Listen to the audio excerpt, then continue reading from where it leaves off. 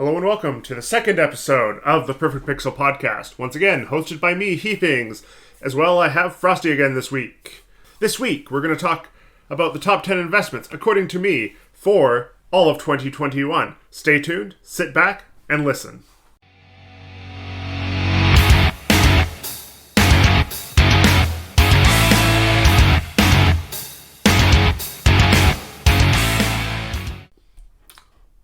Alright, for this week's episode, we're going to walk through my top 10 investments for 2021. We're going to start at number 10 and work our way to number 1. We're going to start number 10. The UMP 45 Arctic Wolf. What are your thoughts, Frosty?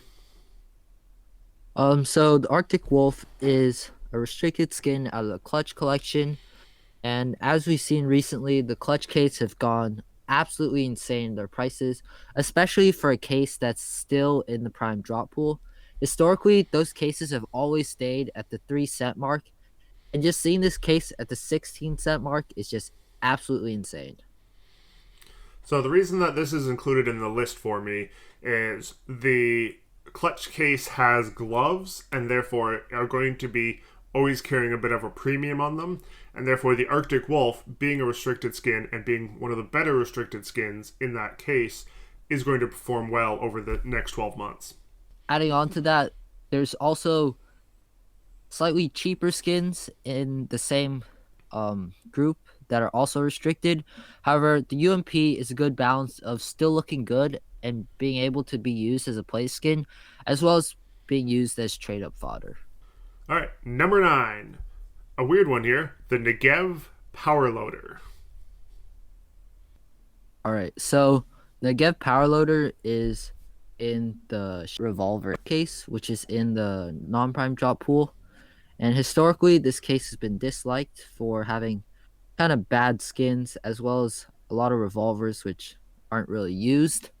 However, the Negev Power Loader is a good pick as it's a pretty nice skin and it trades up to an item that's higher up in this list. Number 8 on the list, the P2000 Obsidian. What are your thoughts?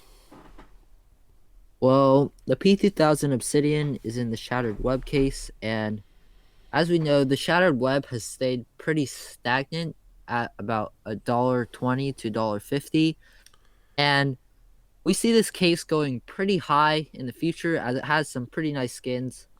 And so, overall, pretty good pick for me. Looks good as well.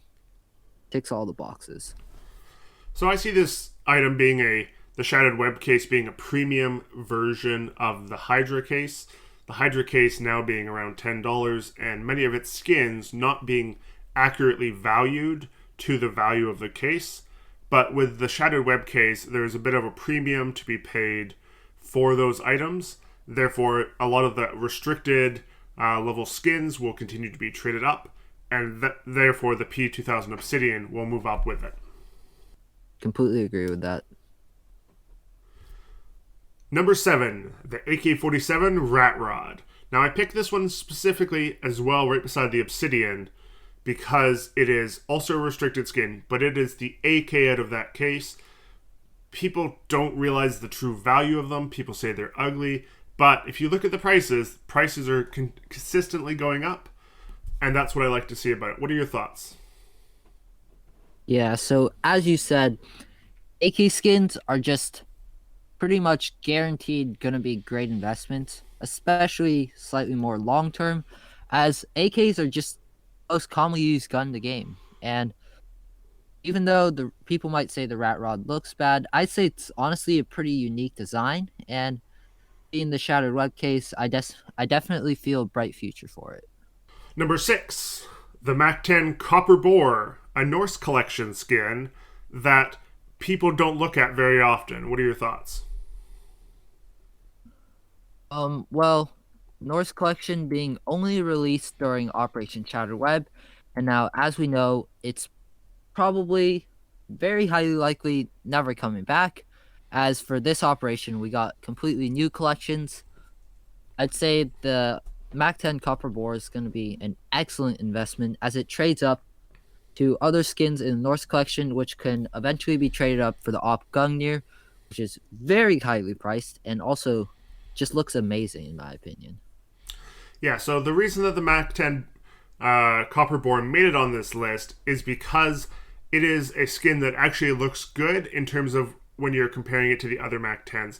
It's got a little bit of hint of gold, a little hint of silver, but a primary color of brown, and it just has a very nice look to it, but is also a very underrated skin. Number 5, the Mag 7 Chainmail. Your thoughts? So once again, another pick from the Norse collection, and this actually trades up to skins like the Mac 10 Copper Borre, as well as the other Mil-Specs in the Norse collection. And I think this has slightly more potential than the Copper Borre just because it's that one grade lower, which means it's a little lower priced, and I'd say even underpriced for the realistic value of what it should be. Exactly. That's how it made the list for me. Is these can be picked up very cheaply, a lot cheaper than the Copper Borre.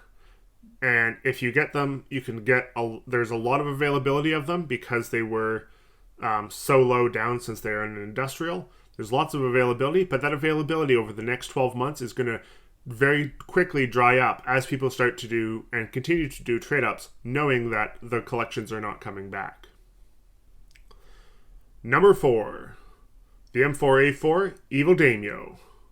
What are your thoughts?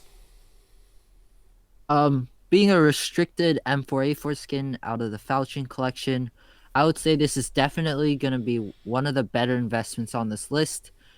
Overall, in the past, we haven't gotten quite so many M4A4 skins, although we've gotten a new M4A4 skin out of every new case since.